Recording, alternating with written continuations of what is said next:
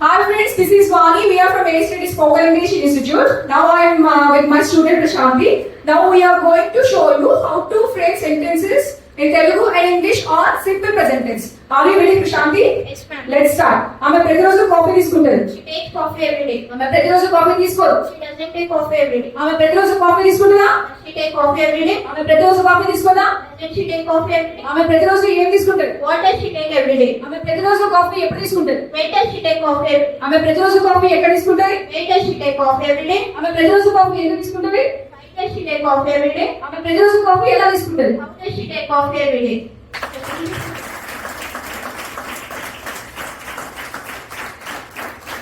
మీకు సంచలన శుభవార్త. ప్రపంచవ్యాప్తంగా కొన్ని కోట్ల మందిని ఊరిస్తున్న కేవలం 7 రోజులలో ఇంగ్లీష్ నేర్చుకునే టెక్నిక్ వచ్చేసింది.